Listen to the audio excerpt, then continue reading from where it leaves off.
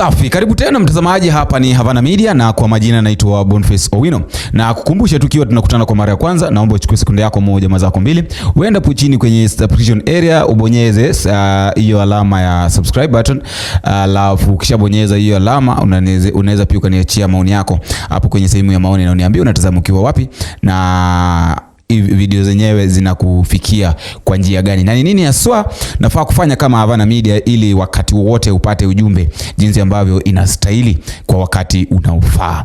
Na kuzungumza tu kiasi tu kwa jambo fulani. Kuna msemo ulisema kwamba kutangulia sio kufika, na mara nyingi mimi husema kuwa ukiona mwenzako akinyolewa nawe chako tia maji, kwa sababu huwezi ukajua kama wewe ndio utanyolewa baada ya mwenzako kunyolewa. Sasa hivi kuna mambo mengi ambayo yamezungumziwa, mambo yanaendelea na mambo na kutimuliwa kwa ofisi wa viongozi, hasa viongozi kutimuliwa ofisini. Na tulianza na Rigathi Gachagua. Mwanzo tulikuwa nao deputy governors au wengi. Sasa tukienda kwa yule ambaye alikuwa mkubwa zaidi ambaye ametimuliwa ofisini alikuwa Rigathi Gachagua. Hiyo tunajua jinsi ambavyo ilienda ikaisha. Sasa hivi kuna ujumbe mwingine ambao pia ulitoka hapo kwamba Wetangula anafaa kutimuliwa ofisini, ingawaje baada hatujasikia ukweli wake, ila kitu ambacho nakijua ni ya kwamba lisemwalo lipo na kama halipo basi laja. Sasa tunatarajia tu kusikiza uamuzi wao utakuwaje, kama atatimuliwa na nafasi yako ipewe yule mbunge ambaye anatoka kule upande wa ODM ambaye anaitwa Otiende Amolo, kwa sababu hiyo ndio mpango yao. Mpango yao ni kuwa Wetangula atimuliwe ofisini, alafu Otiende Amolo achukue ushukani awe kama Speaker of the National Assembly. Kuna jamaa fulani hapa ambaye alikuwa anafikiria kwamba yani yeye ni sosa, haizi yani is untouchable, haizi akashikika. Nikizungumza kuhusu jamaa fulani nazungumza kuhusu gavana wa Nairobi County, huyu anaitwa Johnson SAKAJA. Johnson SAKAJA imefika wakati wake ambayo MCAs karibu wote kiongozwa naye ALAI wanasisitiza na wanasema kwamba anafaa kutoka ofisini. Swali kuu ni je, kwa nini wameamua hivyo? Sasa hapa nina mambo mawili ambayo nafaa kuzungumzia kabla sija kupea video yenyewe yake ALAI pamoja na MCAs wakizungumza kwa nini haswa wanataka Johnson SAKAJA atimuliwe ofisini. Swali ni je, kuna uwezekano anafaa kutimuliwa? Swali la kwanza ni je, anafaa kutimuliwa Johnson SAKAJA, gavana wa Nairobi County, anafaa kutimuliwa ofisini? Jibu langu mimi ni ndio, anafaa kutimuliwa ofisini. Swali lingine, je, atatimuliwa? Shelewa. Swali la kwanza ni Johnson SAKAJA anafaa kutimuliwa ofisini? Jibu langu ni ndio, anafaa kutimuliwa. Kama mimi najua mimi mwenyewe najua anafaa kutimuliwa. Lakini swali lingine, je, atatimuliwa? Hatatimuliwa kwa sababu gani? Huyu jamaa pamoja naye William Ruto wako kitu kimoja. Ingawaje watu wanasema kwamba sasa hivi, na nilisema hivi kwamba mtu yote ambaye ashakuwa karibu naye William Samoei Ruto ataenda kujitia mashakani na anaenda kuwa pabaya. Watu wengine pia wanasema kwamba sio rahisi kutimuliwa kwake kwa sababu yeye pamoja na baba wako kitu kimoja. Lakini kuwa karibu na Raila sio kitu. Kuwa karibu na Raila wewe si Raila. Unaweza kuwa karibu na mwalimu na wewe mwenyewe ilhali wewe mwenyewe si mwalimu, wewe ni mwanafunzi, haikufanyi mwalimu. Kuwa karibu na baba ilhali wewe bado angali kijana hujaoa, haikufanyi kuwa baba. Baba ni yule mtu ambaye ana watoto na ana mke. Huyo tu ndiye ambaye anafaa kuitwa baba. Ikiwa wewe ni kijana bado hujaoa, bado unachumbia mtu, wewe bado ni kijana, wewe bado hujafika nafasi ya kuwa baba. Sasa ingawaje watu wengine wanasema kwamba si rahisi, haitakuwa rahisi kwake kutimuliwa kwa sababu yu karibu na baba. Kwa karibu na Raila Odinga sio shida. Shida ni wewe mwenyewe. Sasa ukienda kwako, unajua kutembea na mtu, nikwambia kwamba kutembea na mtu haimaanisha kwamba sasa utakuwa huyo mtu. Waweza kuwa kama yeye lakini huwezi kuwa yeye. Sasa Johnson Sakaja, mipango ya kumtimua kutoka afisini ipo na anafaa kutimuliwa. Kitu ambacho nakijua, najua kwamba watu wa ODM wanafanya mambo ambayo inastahili kwao na mipango yao ilikuwa inaonekana. Unajua, ukisaidiwa na mtu kufanya kitu usijifanye mjuaji. Nakumbuka kuna wakati baada ya kutimuliwa kwake Rigathi Gachagua kutoka afisini, kuna jambo ambalo Oscar Sudi alisema. Oscar Sudi alizungumza akasema kwamba ODM members, we are done with you, we no longer need your help. Sikia ya kwamba watu wa ODM mshafanya lile kazi ambalo mlifaa kulifanya. Sasa hatuhitaji msaada wenu, hatuwahitaji na hatuhitaji msaada wenu. Sasa wakati ambapo alisema kwamba hawahitaji msaada wa watu wa ODM, nafikiria kama mimi nafikiria kwamba shida ilitokea hapo, kwa sababu wangetulia na pengine wapee ODM zile sehemu jinsi ambavyo walikubaliana, ingekuwa rahisi. Lakini sasa hivi mambo sio rahisi hivyo. Alafu kuna baadhi ya watu ambao wamepeana comment zao hapa. Acha nikusomee kidogo tu. Kuna mtu ambaye anasema hapa ya kwamba the way Sakaja was smiling during the swearing in of Kindiki, and then kuna mwingine anasema kama that's the way we want as a Kitale neighbors wake huku home, they have taken all neighborhood huku wakiwa na babake. Usheski, yani sasa sehemu, kitu ambacho kinanishangaza ni kwamba majority wanataka Sakaja atimuliwe afisini, mpaka wale ambao wako kule mtaani, wale ambao wako kule upande wa nyumbani. Kuna mwingine anasema kwamba ALAI has been team's blogger even since he became an MCA. He should just be honest that his bundles have not been sent. So watu wengine pia wanampiga ALAI hapa kusema kwamba ALAI amekuwa blogger. Na kusema kweli ALAI amekuwa blogger. Ni kama ALAI, mimi siku chache tu mimi nimesikia ALAI akifanya kazi. Wakati mwingi sana namuona tu Twitter, namuona tu social media akizungumza mambo yake, lakini hiyo sio shida, hiyo sio jambo ambalo nilikuwa nataka kulizungumzia. Mwingine anasema kwamba Sakaja will be impeached before Christmas. Iwapo itakuwa ukweli basi watu wengi sana watasherekea. Sasa hayo ndio baadhi ya mambo, hao ndio baadhi ya watu ambao wanazungumza. Wengine wanasema wanadimples will just be shielded by Raila and Ruto, and what are they waiting for? This could be the first time I think this ALAI guy is right. Sakaja should go home. Sasa hayo ndio comments of watu wana comment. Sakaja to be impeached very soon. ALAI can't table a motion to impeach Sakaja after he saw what was done to Mutuse. Hakuna mahali Sakaja anaenda. They are looking for money to take to their boss. Hivyo ndivyo watu wanazungumza. Sasa mimi kwa fikra zangu ni kwa nini watu wengi wana support Sakaja kutimuliwa? Kuna jambo ambalo ningependa tuliangazia hapa. Nairobi county ni kubwa. Nairobi ni kubwa sana, na Nairobi nataka mtu mwenye ko very much serious kuigovern, kwa sababu kuna baadhi ya mambo yanafanyika, biashara zinafanyika mingi, wajua, na haitaki mtu wa mzunguko, mtu wa mrando, mtu ambaye leo yuko hapa kesho yuko pale. Sasa hiyo ndio issue kubwa kwangu mimi, ndio issue kubwa. Lakini swali ambalo nimeuliza ni kwamba je, mnafikiria Sakaja atatimuliwa? Na anajua vizuri ya kwamba ana support yake William Ruto pamoja naye Raila Odinga. Ningependa nisikie maoni yako hapo kwenye comment section, na kukumbusha ikiwa tunakutana kwa mara ya kwanza, pia tafadhali uchukue sekunde yako moja ama mbili, uende hapo chini kwenye sehemu ya subscription area, ubonyeze subscribe button, alafu baadaye uniachie maoni yako na uniambie mtazamo wapi, na mambo itakuwa sawa. Tukutane kwenye video ambayo inafuata ikiwezekana. Mimi wako Boniface Owino. Kwaheri. Nairobi City County in the IBC code is the county number 47, and we have come and we have called you here because we think that things are not going right in the county. We think that since we got elected in August 2022 and we got sworn in September 2022, things have not been right. And we thought that we could work with this governor we have now, but we think that the governor is not competent enough. He doesn't understand how to run a county the size of Nairobi. considering that by the Kenya National Bureau of Statistics own report, Nairobi is bigger than 27 bottom counties combined.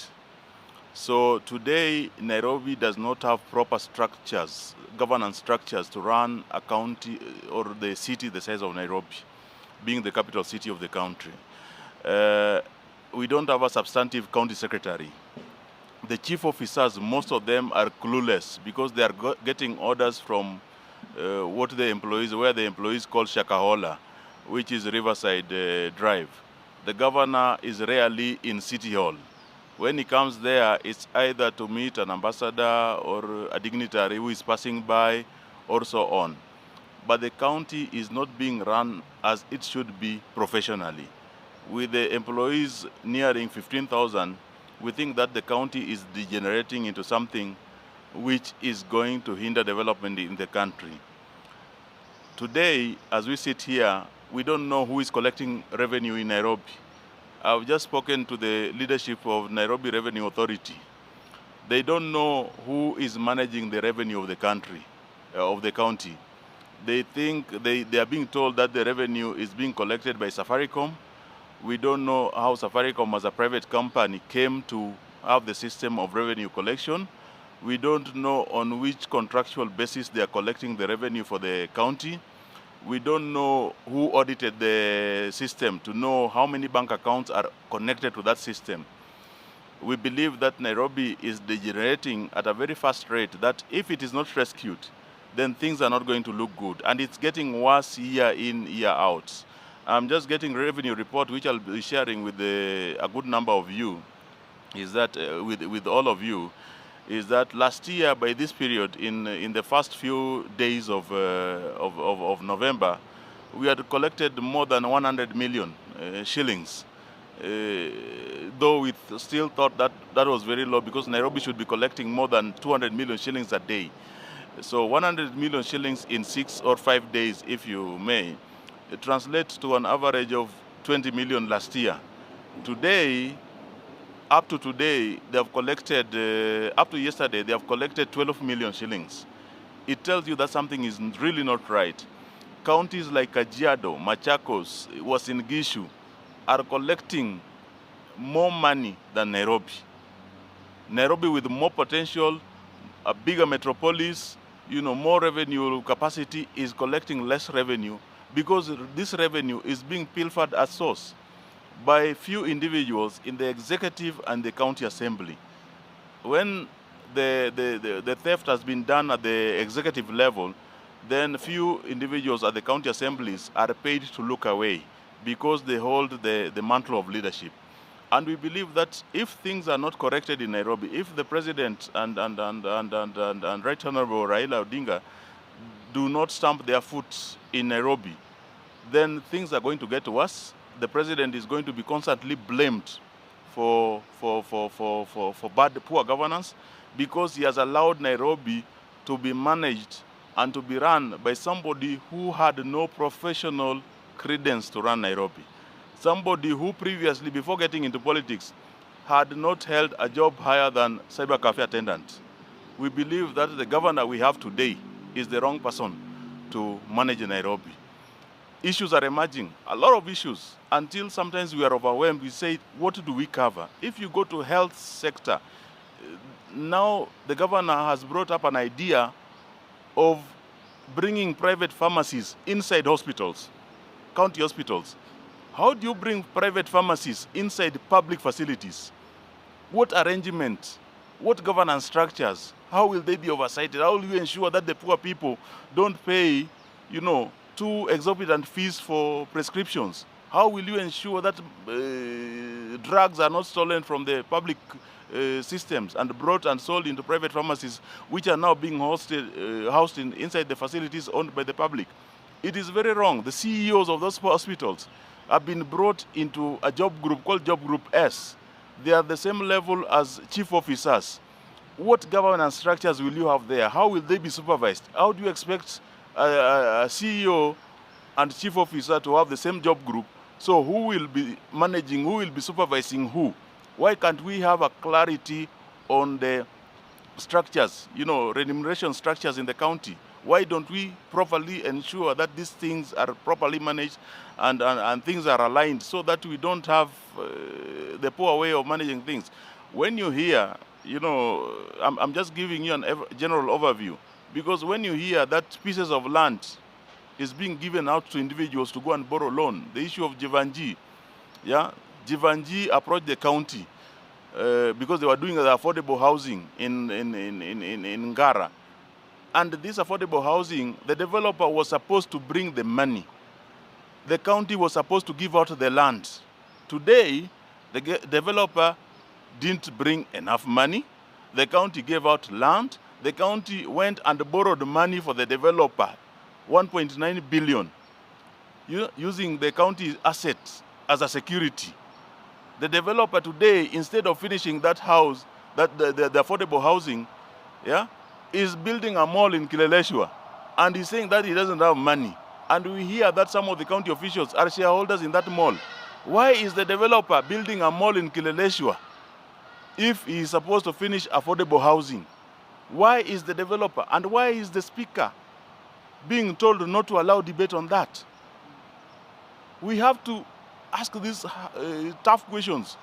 These all affordable housing have been oversubscribed. They were bought off plan. It means the developer has his money. He has the money from the bank loan he borrowed with the asset of the county. But the developer now also has money from citizens who have bought houses but are looking at a situation where they might never get to own those houses, because the developer is facing a situation where he will never be able to complete the houses, which are only 30% completion level. We think that things with Governor SAKAJA are not looking good. And if they are allowed to degenerate further, the citizen of this county will continue to complain of poor services, will continue to complain that the national government is not looking after them, while the problem starts with the county here. And I say it starts with the county because the number of people employed in Kenya is 18.6, let's say 18 million. Out of these 18 million, only 3 million people are in formal employment. The informal sector in this country is majorly in Nairobi. The welders, the carpenters, the mechanics, they are in Nairobi. But there are people who have never been given dignity by being organized and being registered and recognized by the county government. We have not put up structures. We have proposed structures. You ensure that you can identify every Juakali operator here, give them dignity in wherever they want to apply their trade, ensure that they are registered. You give them a number, you give them a county number, ensure that you can bring them into a platform where they can access financial services, government services, insurance services, and so on. But the county, because we have somebody who doesn't have the brains to manage the county the size of Nairobi, we feel that it is not personal against SAKAJA. We have listened to him several times. We thought that maybe the issue of Teams University was just a blip. But we think that the fact that the governor was a politician for so long, but just thought of going to Teams University to get a university degree, was evidence of what we were facing as a county. Something is seriously wrong with this county, and we believe that it has to stop at some point. And it has a lot of issues which are happening around the county which are not going right. And now people are just, cutting deals, cutting corners. Suppliers are not being paid. Employees are very demotivated from both the county assembly and the executive. People don't have the eagerness to do work. Even the people who are employed, they're employed but with no salary. Why do you recruit so many more people while you know that you are struggling to even, pay the ones you have? So these are some of the issues which we wanted to engage you on, because as stakeholders and as the fourth estate, as the voice of the citizens in Nairobi, I believe that we need to engage and properly call some of these things out. And we'll be sharing with you some of the documentations. We have seen around the governor himself. Now, if you go to, I don't know if the Citizen Royal Media is here. If you go to, when you're just branching out off Jenny Spirit, when you're branching off to Citizen TV, there's a petrol station there. That petrol station is owned by the governor. Where did he get the money to own that petrol station? I'll give you documents showing the governor is buying property cash, 940 million, 58 million, 49 million. Where is he getting all this money? Where is he getting all this money while the employees are going out without salaries?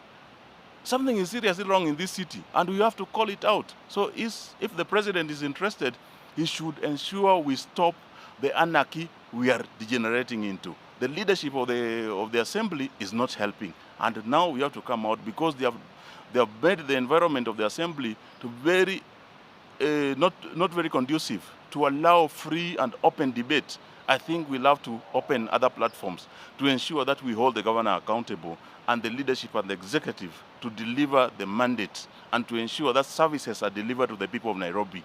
Asanteni. So I'll allow my colleague. After the 2022 general elections, that is after August, the county government of Nairobi promised Nairobi residents so many things, which included good roads, dignified affordable housing, street lighting, improved health care, and all those things put together.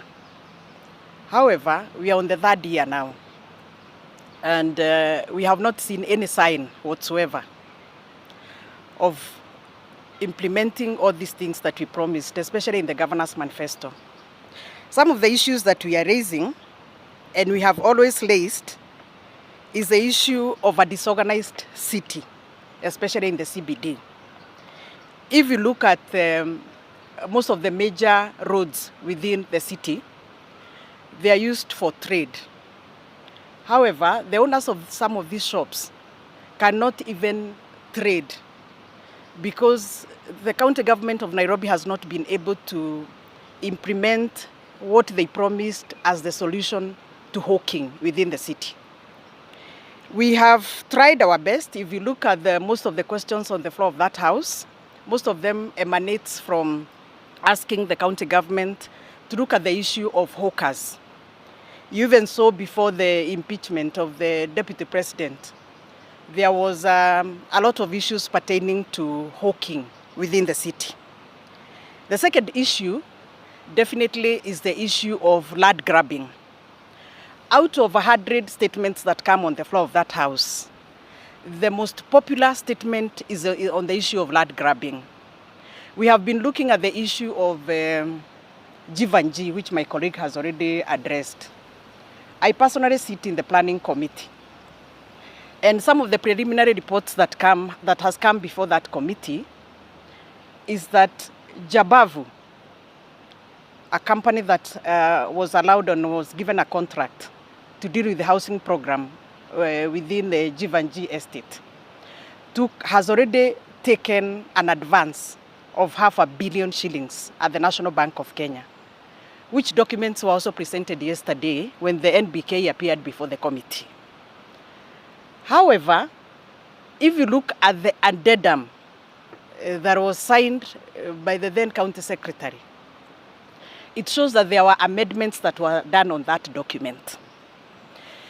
The court ruling of 2023 on the issue of Pagani affordable housing informed the county government that you cannot use a title deed that belongs to the public to charge it as a collateral.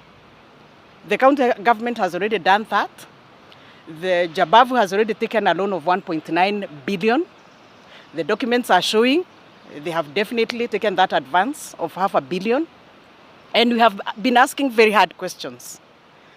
And what we are saying with my colleague is that some of the major issues that we are raising before that house, they don't have anybody to give answers to. When the executive appear before any committee in that assembly, they do not have even answers to some of these questions we are asking. So we are here to ask both His Excellency the President and the Prime Minister, Honorable Raila Odinga, that things are getting out of hand in Nairobi.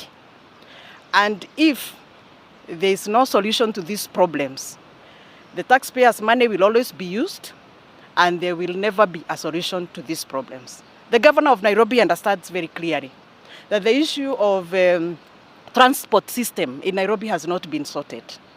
All the things that he indicated and put in that manifesto has not been implemented. Why do we have to keep on reminding him on the things that he promised Nairobians that he would do, yet he's not doing? MCAs are doing their job, including passing both the supplementary budget and the substantive budget. Yet the things that they pass within that budget are always not implemented.